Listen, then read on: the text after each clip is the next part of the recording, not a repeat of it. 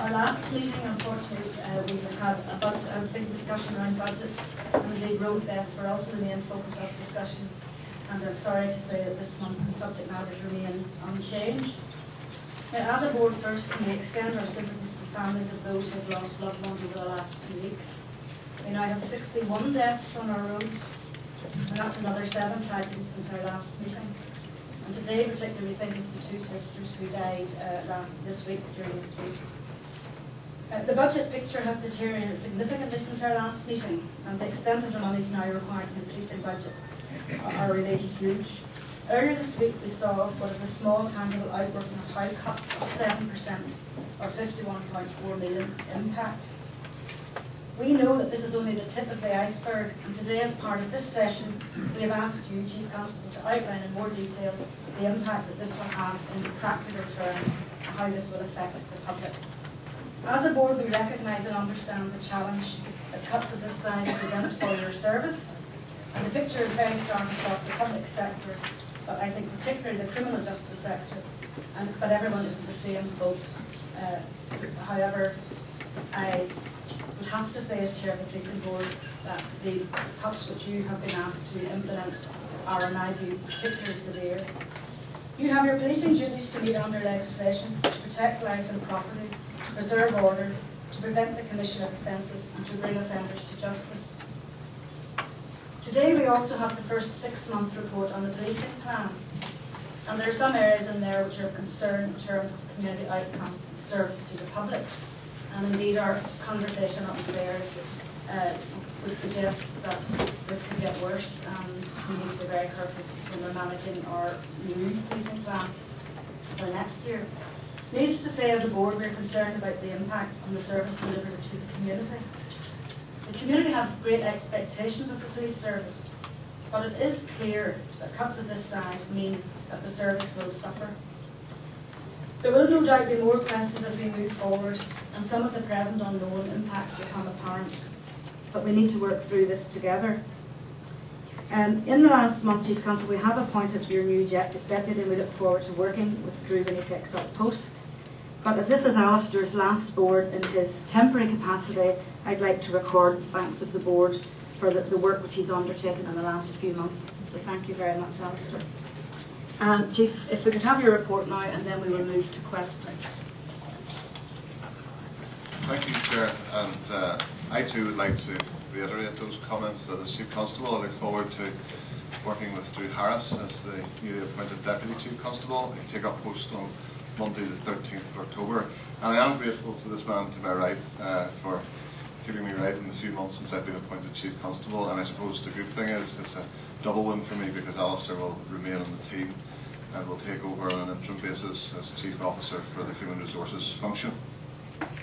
But like you, Chair, and board members, as a service executive team, our thoughts today are with the families of Sister Mary Duddy and Sister Frances Ford, who died following that road traffic collision near Erie on Tuesday. I extend my sincere sympathy, and indeed the sympathy of the entire organisation. The tragedy is felt more profoundly within our organisation this time round because of the involvement of a police car in that collision. The 3 male officers sustained minor injuries and are recovering, I'm grateful to say. As is appropriate, an independent police ombudsman investigation was commenced on Tuesday morning. It will have our full support and cooperation, and we will await the outcome of their investigations.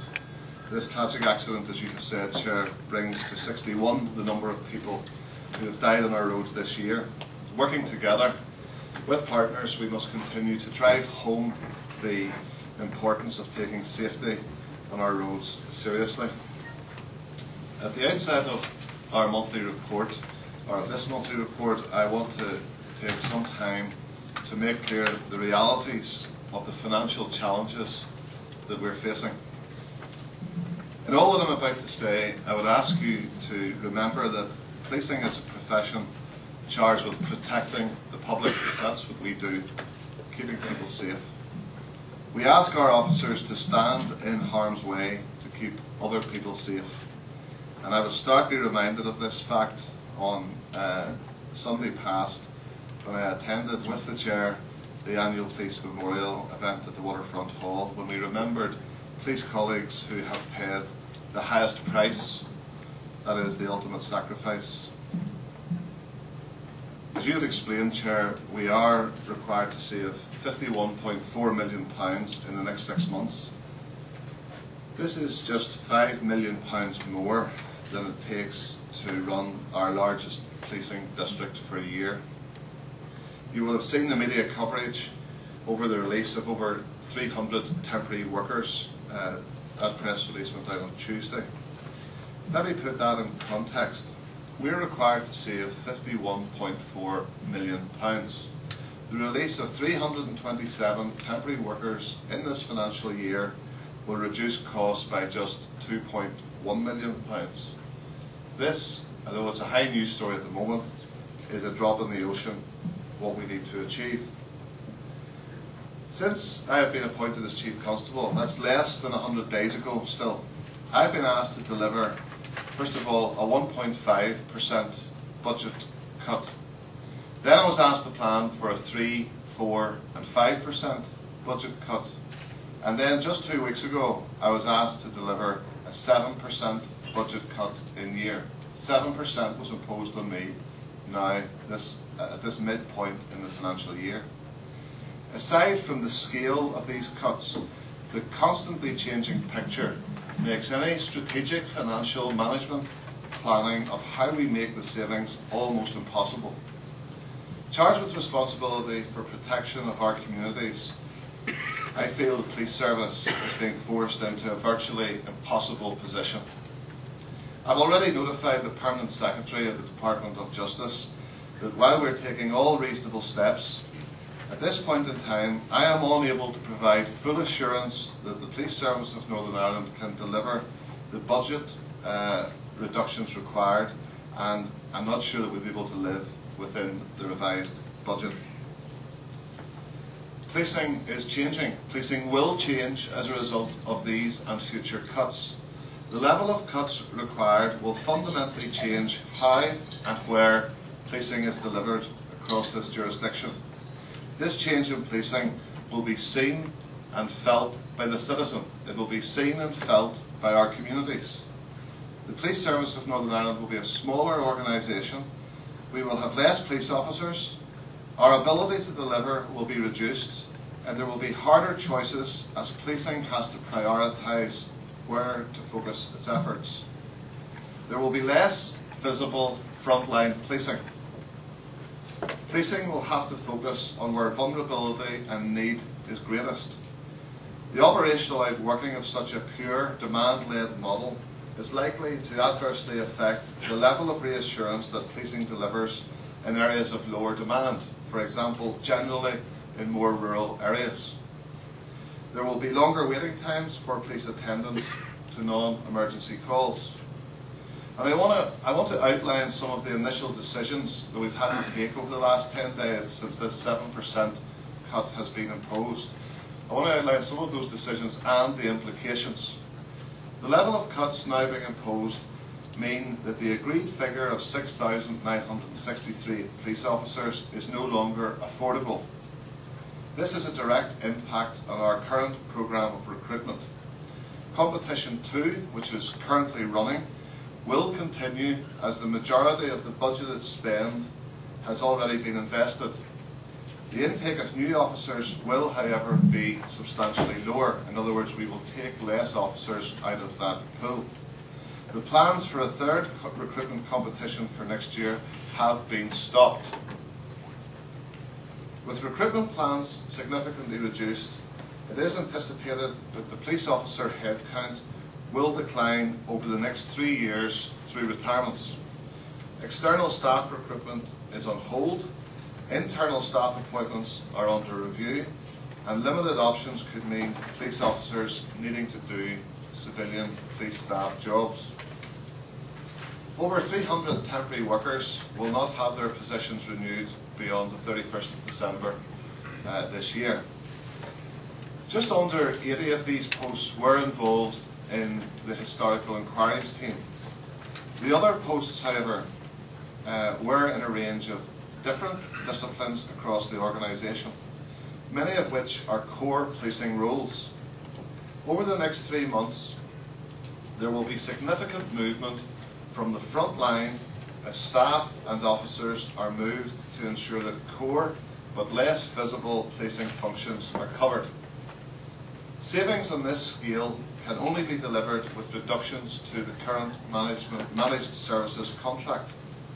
Let me explain for a second what that means. We currently have the equivalent of 900 posts engaged in this contract. These people do critical jobs like security guards, CCTV operators, custody detention officers, transport coordinators, station inquiry assistants, property managers and their assistants. These are all critical roles. For every one released, it is likely to mean that one less police officer will be on the front line. Given the speed at which we're being asked to make these cuts, it is inevitable that we will be forced to put police officers into a number of back office functions. This is reverse civilianisation. This is workforce demodernisation. It does not make sense. On overtime reductions, we have committed to save 5.6 million from the overtime budget in the remainder of this financial year. That's equivalent to another 200 police officers in the 6-month period. In his peace monitoring report, Paul Nolan observed that policing had become the shock absorbers for failures elsewhere. Not only have we been shock absorbers in terms of holding the line between rival communities, we have also shock absorbed a huge amount of cost protecting life and maintaining order. All of this is due to a lack of political and societal consensus. Much is made of the police overtime budget, but it does provide operational flexibility on a cost-effective basis. Police services' biggest overtime spends have always been on responding to or preventing public disorder and to addressing the severe threat of serious harm to communities from paramilitary groups. Overtime is used on a nightly basis to manage interface tensions. At present, in Belfast, between 150 and 200 police officers are deployed nightly managing these issues.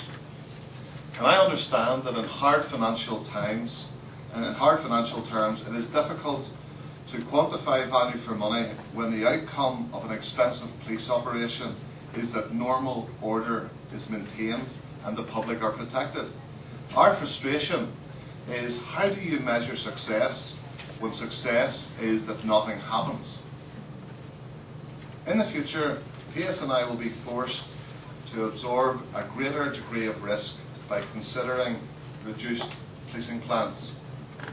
However, the reality is there is only so much risk that can be absorbed. Police operations have to be resourced in a way that is compliant with our statutory duties, which not only include Section 32 of the Police Act, to protect people, to find evidence, to bring offenders to justice, but also Article 2 of the European Convention on Human Rights, and that is to protect life, and when life is lost, to investigate that loss of life in a thorough and expeditious manner. We also have, as an organisation, responsibilities to our own officers and staff under health and safety legislation, and we are subject to the Corporate Manslaughter Act. The significant reduction in overtime will mean delays to police operations which require additional police officer support, and it is inevitable that there will be more regular abstraction of police officers from core policing duties right across Northern Ireland, so that we're fulfilling those high-risk demands on plain time rather than overtime. Another issue is the withdrawal of police funding and police involvement, police input to community initiatives.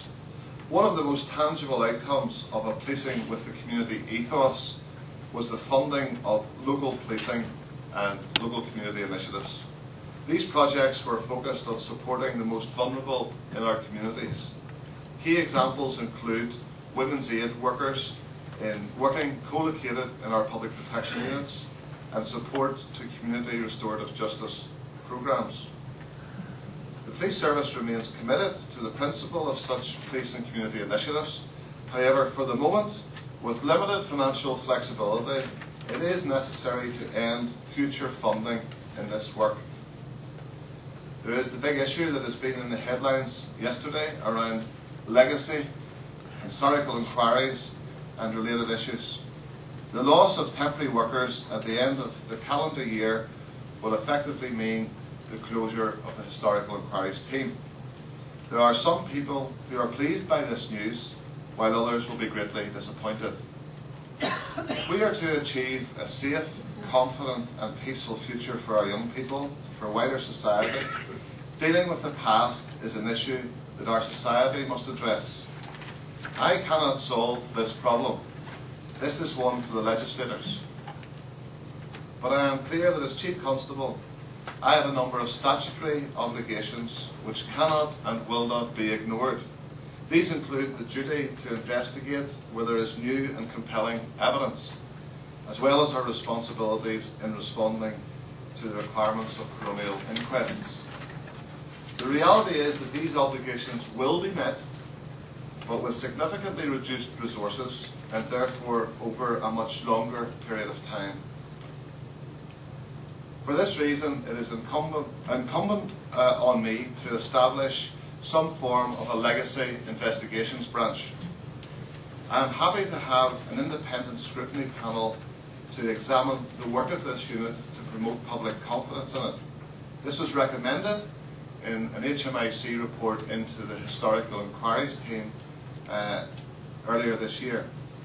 This is, however, the responsibility of the Policing Board, and I await the Board's intentions in regard to this oversight panel. I want to finish by giving some early indications of what the budget for 2015-16 is going to look like, the budget for next year. I've recently received notification from the Department of Justice to assess the impact of cuts that are likely to fall next year of between 10 and 15% against the opening baselines for this year. My initial professional assessment is that cuts of this level will mean a police service that is unrecognisable. It is likely to mean a service with virtually no preventative capability. Neighbourhood policing would be eliminated in all but a small number of the most vulnerable neighbourhoods. And as a service, we would be primarily focused on emergency response policing and policing serious harm to tackle the most dangerous threats. Cuts of this level are likely to require a redundancy programme for police staff, as well as additional funding to run such a programme. We would also need to explore the feasibility of compulsory retirement for police officers. So, in conclusion, I and my officers and staff are charged with the duty of keeping people safe. That is our primary responsibility, and it will remain our priority. These financial pressures will require the prioritisation of policing to an extent that has never been experienced in this jurisdiction before. There are implications not only for the public, but also for my organisation, and also for the many partner agencies with whom we work. These decisions are too important to be left to me, to this team, to the police service. I want to work with the Policing Board in deciding what police activity will be reduced or stopped. We are all public servants, charged with a duty to produce a balanced budget. My duty to keep people safe will always be my top priority. We must be ready to work together on behalf of the public we serve to deal with these pressures. Thank you, Chair. Thank you very much, Chief Constable, for that. It is a very stark picture, but it is reality. As we know, we've been discussing it now for a couple of weeks. I know the Board's concern is that we're going to go back. That many of the key principles outlined in Patton are right down to the very fact that we're not even going to be able to recruit the number of officers we need. We've also got concerns around the fact that the policing with the community, which PSNI has worked very hard to build up, will go. And I think most distressing of all is the fact that all of the proactive work which you've been engaged in the prevention of crime is going to go, and we're going to end up with very much of a police service which reacts. So it is very bad news. We have obviously a number of members who have specific questions, so if your permission, we'll go straight to those. I think Jonathan Craig is first to. Just sorry, before we go, I see that we have been joined by our new member, Brenda Hale, and I'd just like to welcome. Brenda is here in place of Alistair Ross, who's been nominated to do something else, so you're very welcome. Thank you, and apologies for being late. Thank you. So, to Jonathan then, please. Thank you, Chair. And I just want to make a point of thanking Alistair for acting up as Deputy Chief Constable. I don't know what it means, but I think you've done a good job anyway. And I hope you take some small comfort out of that, and I have no doubt you'll do a good job, whatever that is in the near future. Chief, given the level of these cuts, looking at the overall structure of the PSNI, 85% of your costs is actually non-power costs. There is actually only 15% overheads, and when I say overheads, that includes transport, police stations, running costs.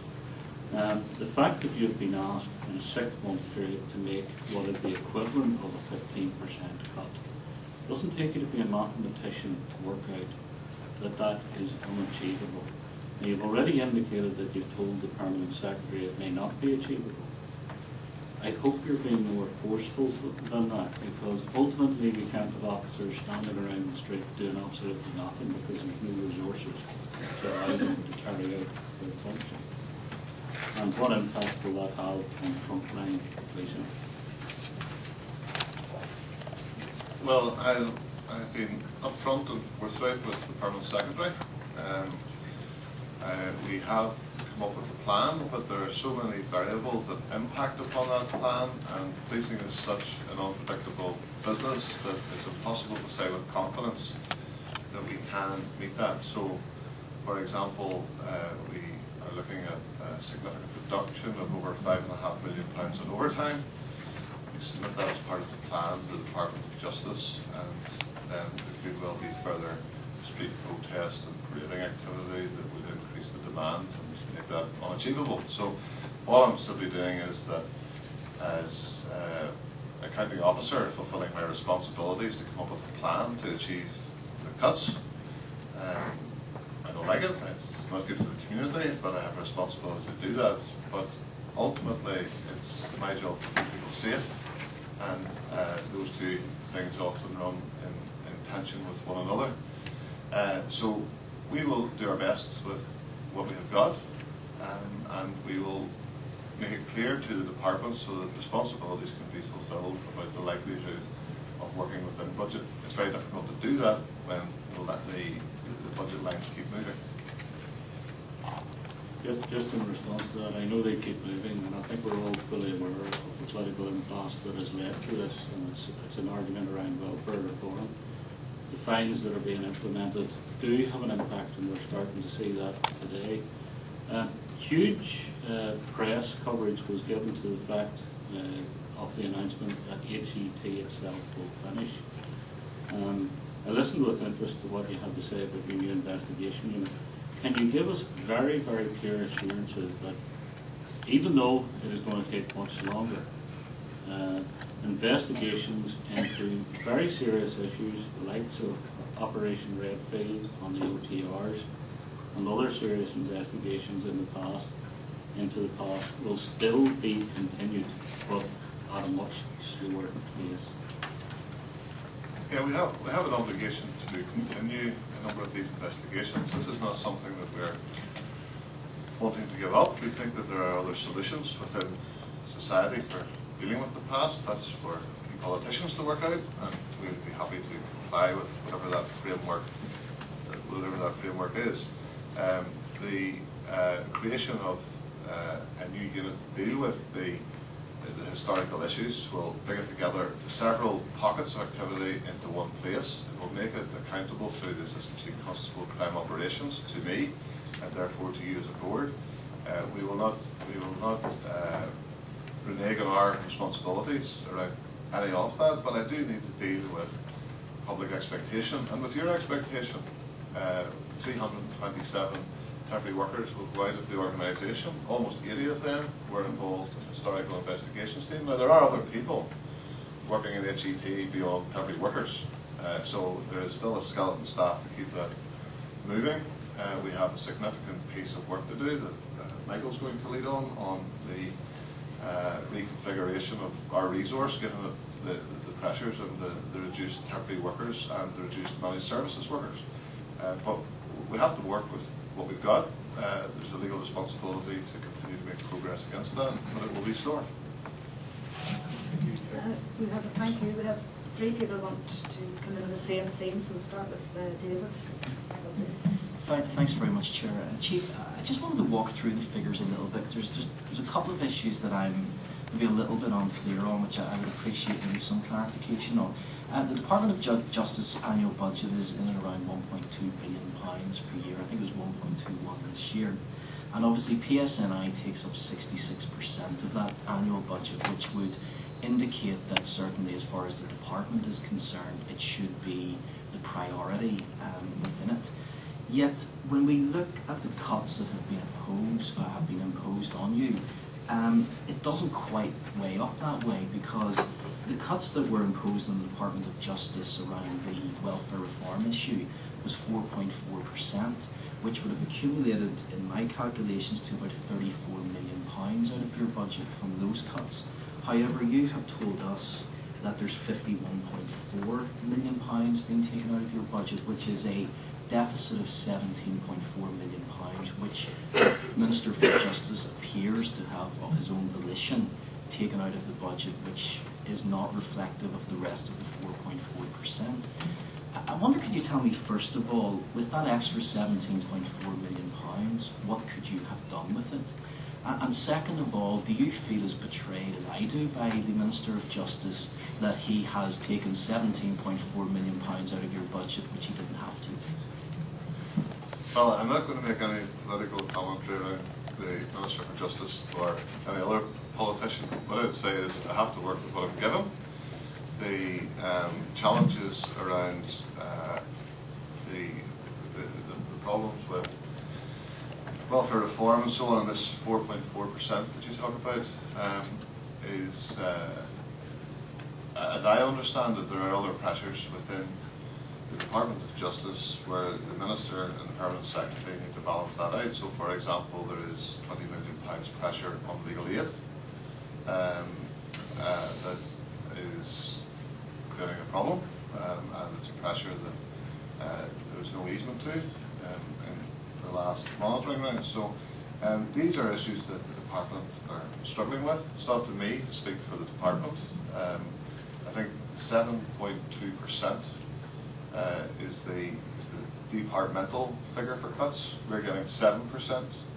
It's little relief that it's 0.2% less than the departmental average, but it's up to the Minister to make those calls. So just to be clear, and I'm not trying to put words into your mouth here, but are you saying that your understanding is that, as it stands, a priority has been given to barristers over your policing budget, and the cuts that you have just indicated where they're going to cut to the sum of £17.4 million? Are you saying that that £20 million has effectively been taken out of your 17.4? Well, I'm not going to speak for the Minister or for the Permanent Secretary. I'm happy to be held accountable for use of the monies that I'm given to deliver policing. If there are challenges there, then I suggest that through the Assembly and through the Executive, that might be the route that you want to go. It's still up to me to make a judgment. I have lobbied hard, I've made the arguments, that's not the entire team, on the resource that we need. And what I've tried to do in my opening remarks today is outline clearly some of the ramifications, some of the consequences of these cuts. I don't think it's appropriate for me as Chief Constable to move beyond that and to make any commentary on the performance of the Minister or the Permanent Secretary. I will work with what I've been given and be held to account for that spend. Thank you very much. Jerry, Kelly, and then Rose. You're doing very well to stay with the politics, Chief Constable. I'll try not to bring it back into it. But I do think, I mean, there is an issue. The headlines at the moment are around the ATP. Has a huge effect on victims and survivors. And I think you said this, but I just wanted you to clarify this from a policing point of view. You said it would be much better for, and I know the Ombudsman has a similar view of this, but it would be much better if the politicians came to the conclusion that the legacy issues had been taken out of that, especially, and you know I've already said this today, when there would not be a wholesome acceptance that the new unit which you're setting up would be Article 2 compliant. I'm not asking for an argument of that, I'm just saying the controversy and the resource issues involved in this would be much better if it was taken out and put into another process rather than policing the Ombudsman. Well, as a police officer, I'll fulfil the legal obligations that are given to me under the legislation. So all the things that we have talked about previously, while those responsibilities rest with me, with us, my organisation, then we'll do our best to use the resources given to us wisely to fulfil them. However, whether or not legacy issues would be better dealt with by a separate body is a question for the politicians to work out. I am not making any calls for retention of it. I think at the heart of all of this are many grieving families who want answers, and what I want as a citizen as well as Chief Constable is for people to get those answers, to get some sort of closure, whether that's a criminal justice closure or some other mechanism is a matter for others.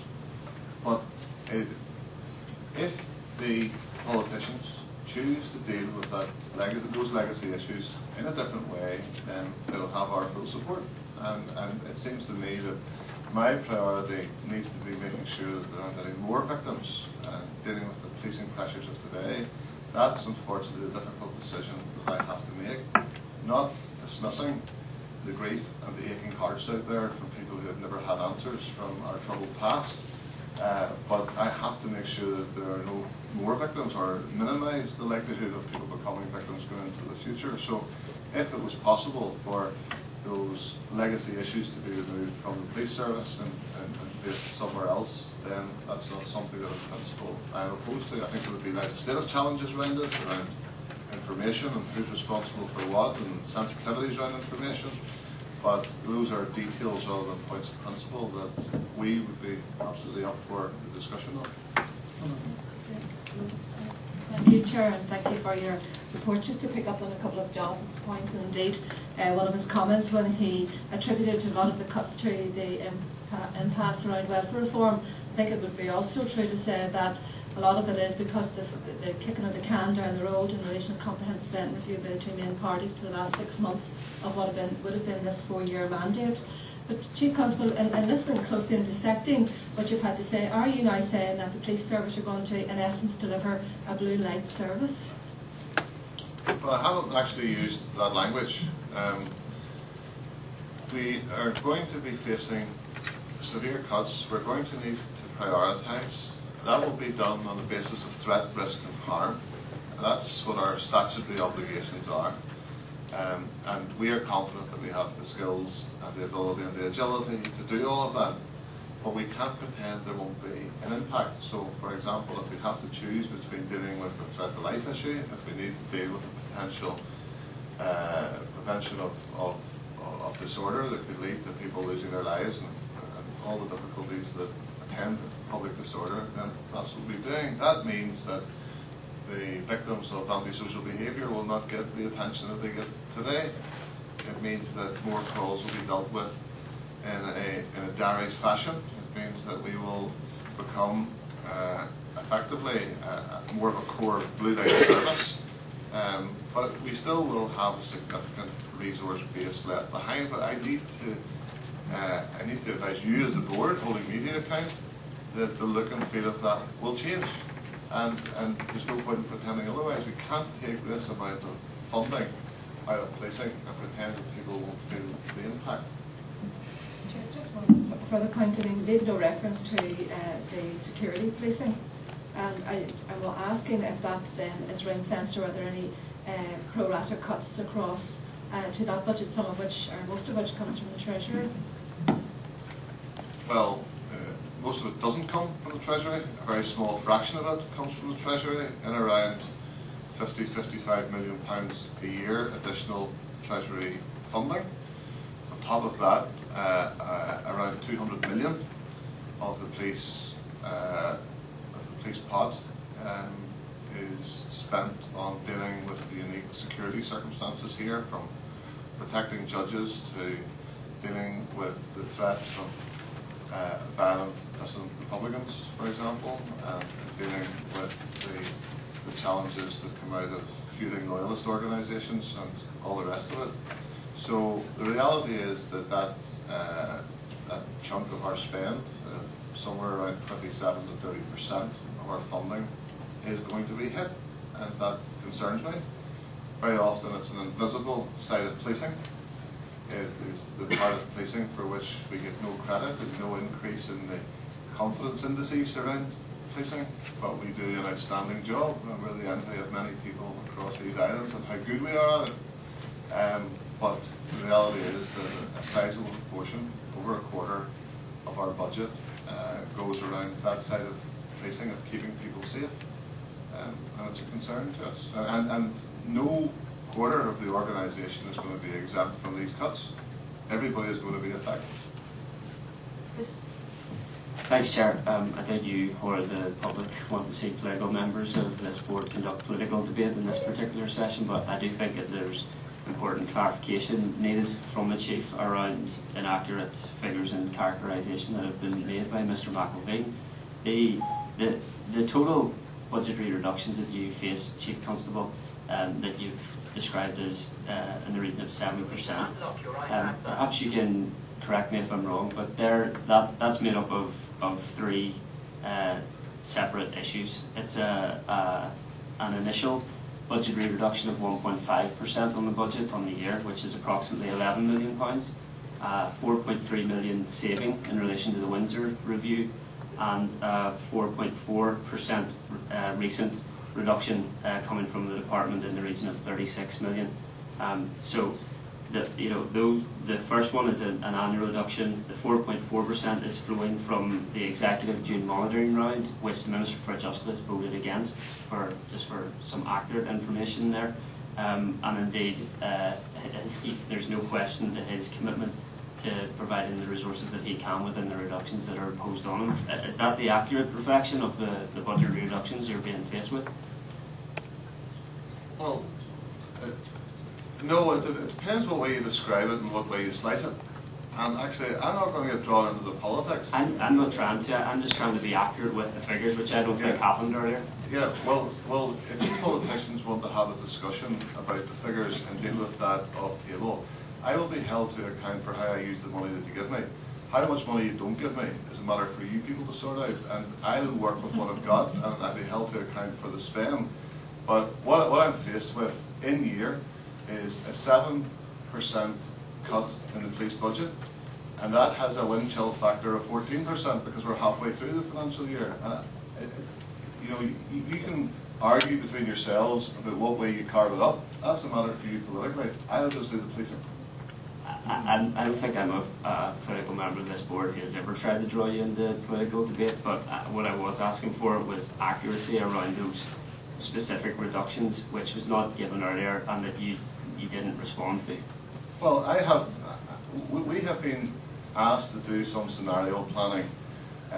We had 1.5% taken out, the 11% plus the 11 million plus the 4 million that was actually taken off a short time into the spending year, and then the makeup of the rest of it has been hypothetical, and it's been based around scenario planning on 3, 4 and 5%, and then the actual blow comes with the reality of the cut is a 7% cut. Now, whatever way you politicians want to configure that is a matter for yourselves.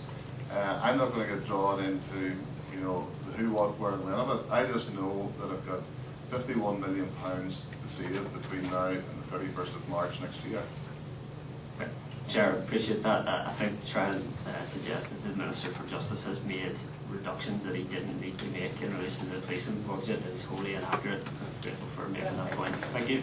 Chair, can I just clarify that I'm not suggesting that of the Minister of Justice? Absolutely not. What I'm saying is that through the Permanent Secretary, I have been told clearly and unequivocally 7% cut. We will do our best to deliver that, but I've also put the Permanent Secretary on notice that I'm not 100% convinced that we can deliver it, because policing is such a reactive and a demand-led business, and we have tensions that are bubbling, and talks of additional parades and all the rest of it that were never budgeted for, never accounted for, and I can't predict what's going to happen in the next 6 months.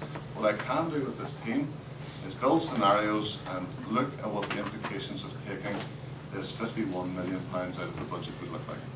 And we know that's what you do, and thank you for that. I'm going to move now to Joan O'Hagan, who has a question around the temporary staff. Thank you, Chair. Thank you, George, for your report. I'll give you a rest from the politics. Thank you. Mightn't get any easier than to answer.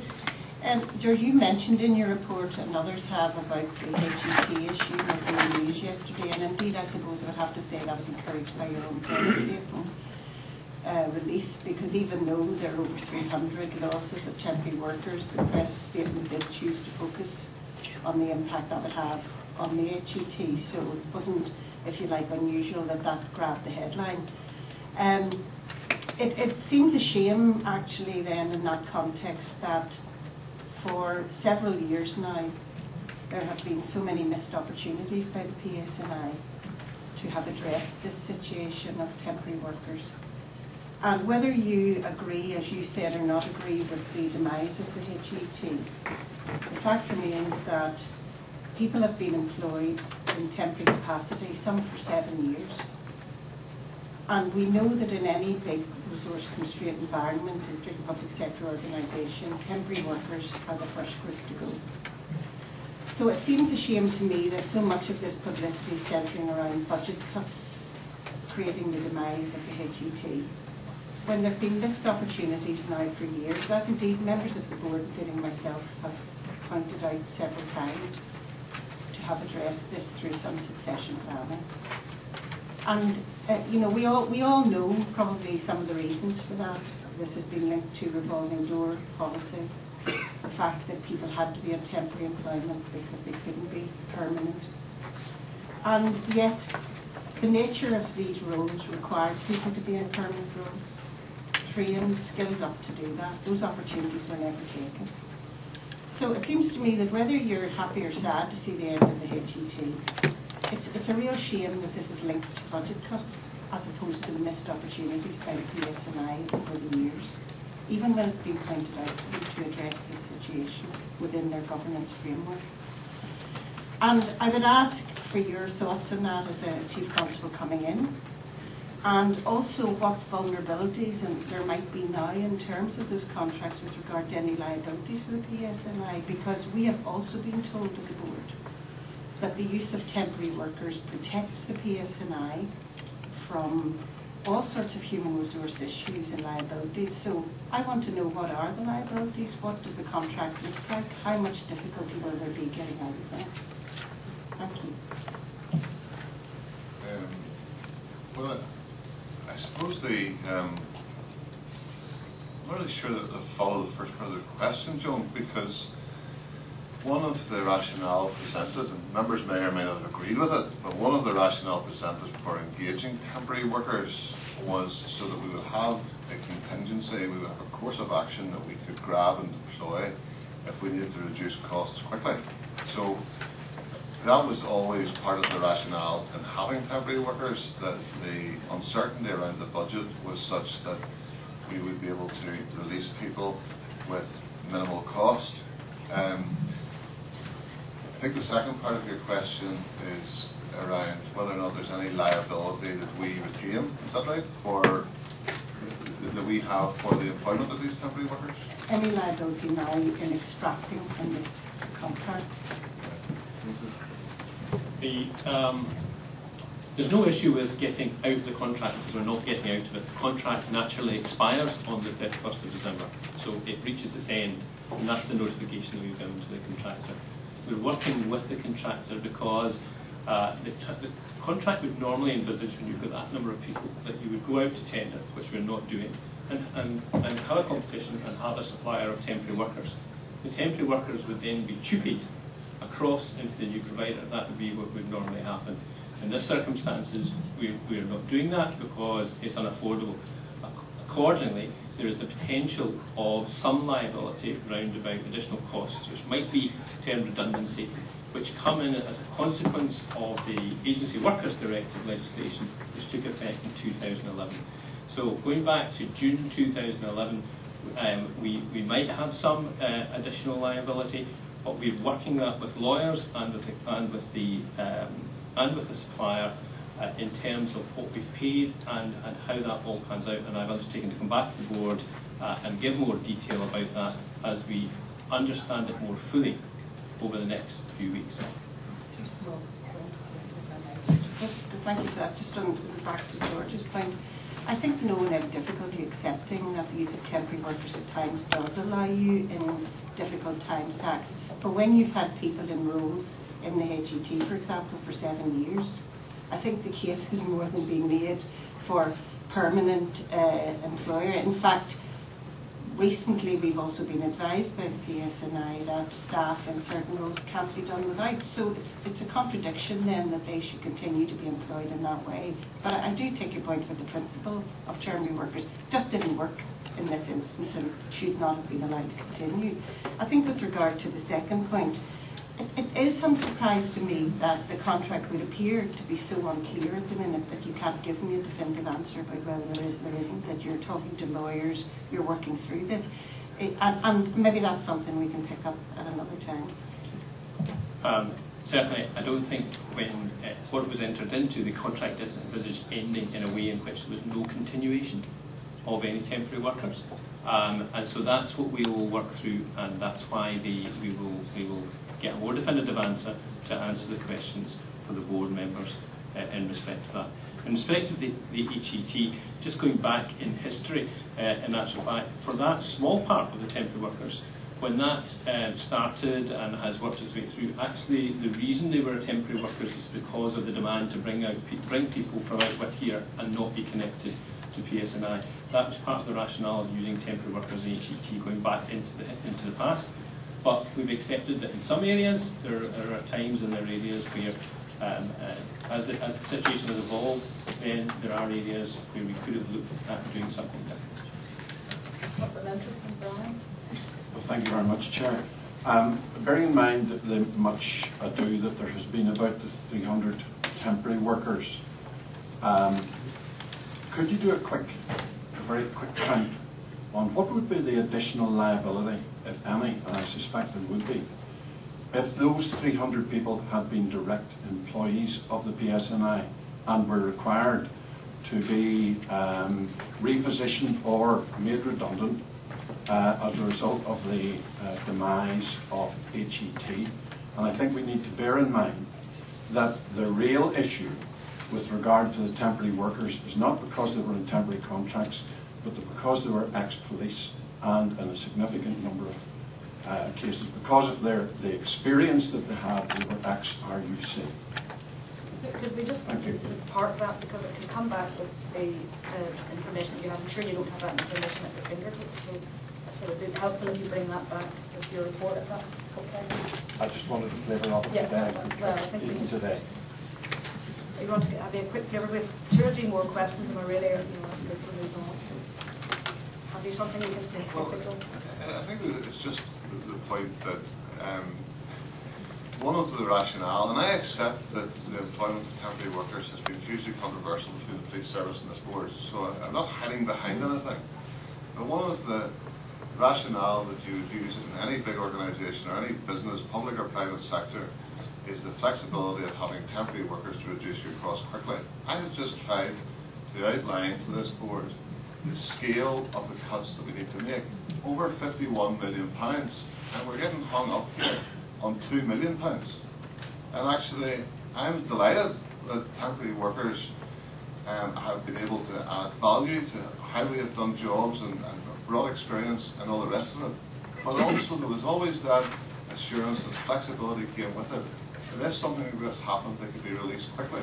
So please keep in context, it's £2.1 million we're going to save this year. I need the board's help to find with me where we're going to find the other 49 million. This is a drop in the ocean. Right, thank you. Bryce, have you a question? I think I've sorted the matter of the Right, all right, thank you very much. Well, then I'll go to Dolores, who's got a question on business crime. Yeah, but business crime, I think maybe George might help to say something about the nature of the cuts on the impact of the policing plan and in relation to some of the targets that we had hoped to be able to achieve and to set. It will mean there needs to be substantial reworking, and obviously there are concerns in the business community around thefts of ATMs, for example. Yeah, well, I think that Mark Hamilton will take the question specifically around business crime. I think your broader point, Doris, around the policing plan and making it fit and be meaningful with the financial constraints is a very important one going in. And as we discussed in the earlier meeting, we're about to enter into that cycle of reviewing the policing plan so that it is current and has proper effect from April 2015. Clearly, in any plan, you need to take account of the inputs so that we can work out the outputs and the outcomes. And I think there is going to need to be some long, hard work done between the board and the police service so that we've got a shared understanding of just how massive these cuts are. The 51 million coming out this year, and in addition to that, as I said in my opening remarks, somewhere between an additional 10 and 15% coming out next year. This is going to look and feel like a very different service. But Mark, you want to address the specifics around business crime issues? I suppose, yeah, though some of this is going to become academic. I mean, there's been one less cash and transit robbery than there was this time last year, and you know, we do an awful lot of work with the business community at the serious organised crime level through the Organised Crime Task Force, dealing with extortion, blackmail, and a serious crime against the business community. And we also then work with the retailers and so forth around volume crime. But I mean, as a result of this, I mean, I have just slashed the crime prevention budget. There isn't going to be money for working on a crime prevention basis for the rest of the year. You know, so we're not going to have leaflets and events and everything else because just the money won't be there. So whilst we want to commit to and continue to engage with everybody in the community, be it the business community or other communities, to protect them, the sort of money that we have to do proactive work is effectively gone for the rest of the year. And if we take the sort of cuts the Chief is expecting next year, it will be just unachievable for the following year, Dolores. So good work is being done with the business community, but when we come to considering the policing plan for next year, we're going to have to consider really, really effectively where we can make the most impact in protecting our communities with the money and resources that we have. And I think all this effectively comes back onto the table. It's very difficult to know what to say because I think it needs to be a very important message to both to the public in general in terms of keeping them safe and how that's going to happen. And secondly, that criminals and would-be criminals get a very clear message that the police are still in town and doing business. The police officers haven't gone away from the street, but the additional capacity, you know, to do extra work, as the Chief has outlined, is going to be dramatically affected. So our job is to keep people safe. We will get to the calls. We will protect people. That's what we're going to be about.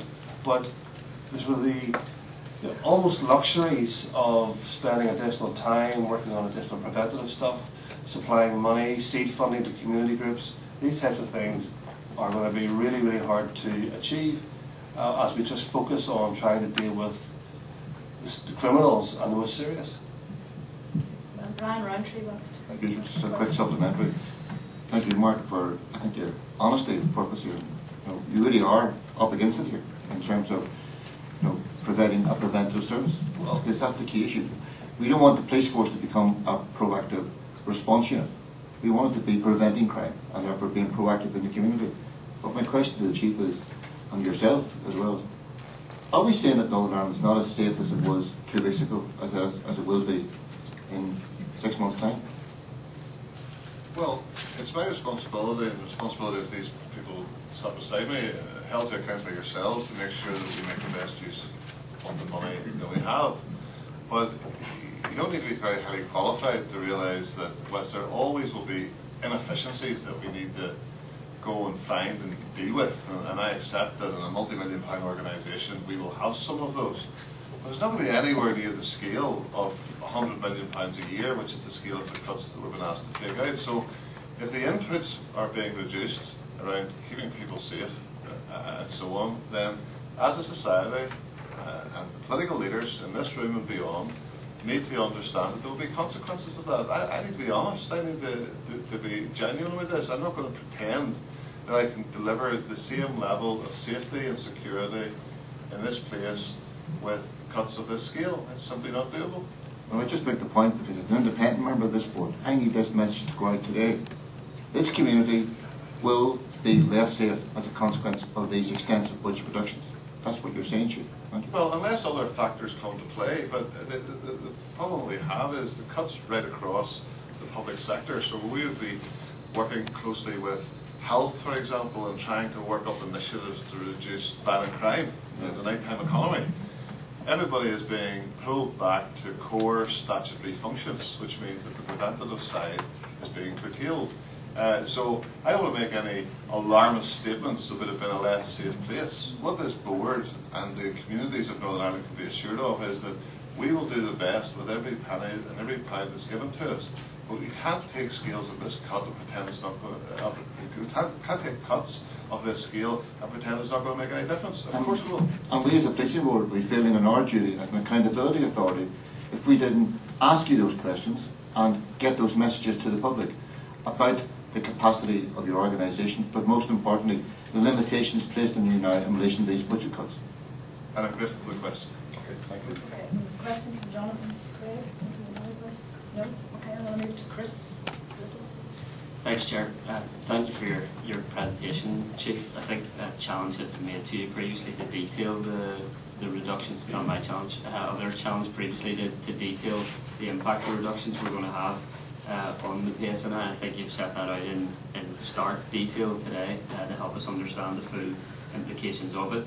I'm keen to ask about areas where the police and elected representatives and other members can work together to try and make improvements. In regards to the East Belfast interface, I had asked a question about that previously, and between March and August of this year, I think there have been around 485 interface-related incidents, 50 arrests, and now a nightly deployment of resources. Can you give us an idea of the cost in relation to that operation, and whether it would be possible for elected representatives and other members to meet with you in relation to that particular issue in order to see how a multi-agency approach could be taken to that type of issue, and whether indeed the Office of First and Deputy First Minister, with its targets around interface barrier removal, has made any approach to you in that regard? Well, we're always happy to engage with public representatives around problem solving, and only too happy to do that and dealing with these difficult interface issues. Will you want to address the detail of the question? Chief, very briefly, the Chief talked at the beginning of the session, Chris, about just we can't stop policing these events. We can't stop doing interface management across Belfast, and at the minute we're putting out about somewhere between 150 and 200 police officers a night dealing with interfaces in north and principally the east of the city. And you've just outlined what the number of incidents in that East Belfast interface alone, and over 50, mostly young people, I have to say, from both communities who've been arrested, and obviously going to have a significant consequence as a result of that. The cost, I mean, I can give you very broad costs. It's difficult to break them down because it's been so operationally intense across the city for the last 2 years. But in B District as a whole, B District obviously being South and East Belfast, the cost of parades and related public disorder this calendar year alone is £2.87 million. Now the cost of that East Belfast interface, I've been given a figure which I think, if I'm being entirely candid, is a very conservative figure. This calendar year of £140,000. It's cost a lot more money than that. That's only for the additional crews that have been deployed there, and I don't think that figure includes the public order units. But to answer your question very broadly, look, we can't walk away from there. If we do, there's significant public safety issues. Somebody will end up being badly hurt or killed. We're not going to allow that to happen. We're going to have to police it. If we can't police it in overtime with that surge capability that overtime gives us at the moment, we're going to have to police it within 4 hours. That means we're going to have to drag resources down from Ballymena, Derry, Fermanagh, wherever they come from, in core hours, and neighbourhood policing, response policing, the public protection duties in other parts of Northern Ireland won't get done, and we're going to have to continue to manage or act as that sponge in Belfast to deal with all the feelings elsewhere, but we can't walk away from those duties. The rest of the issues about taking peace lines down, of course, that again lies in the realm of politics. We'd be delighted with whatever support we can get to try and manage that, so we don't have to sit there with 4 crews every night at every single interface in Belfast. Okay, Pat? Thanks, Chair. And my question also relates to East Belfast. I suppose it's East and South Belfast, the figures we have for. And, you know, I appreciate the discussion today has been around the severe budgetary pressures that are facing the police. They're facing all departments, and everybody is searching for ways to make savings and at the same time protect frontline services. And the difficulty is when we look at the policing operation at the interface in East Belfast, £140,000 has been spent since January this year until August. Parades and related public disorder amounts to 2.87 million in South and East Belfast. Is it not time for some blue sky thinking around this, that those who are responsible for bringing people out onto the streets need to make some sort of financial contribution?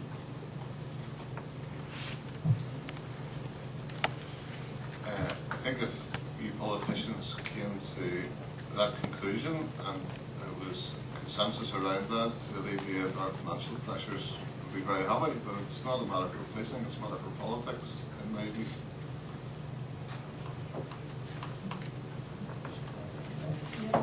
And I suppose, Chief Constable, that's you avoiding getting involved in politics. It's always a good thing for a Chief Constable to do that. But you know, the fact is that a large proportion of the policing budget is taken up on public order issues, and particularly around marches that lead to violence or the potential for violence.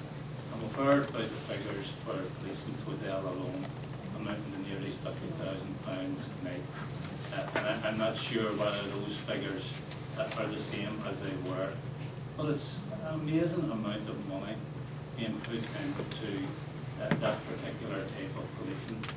And if the organisers of these types of protests and parades, which are aimed at raising tensions, were forced to make a financial contribution to the policing of these events, I'm sure you would find massive savings in the policing budget.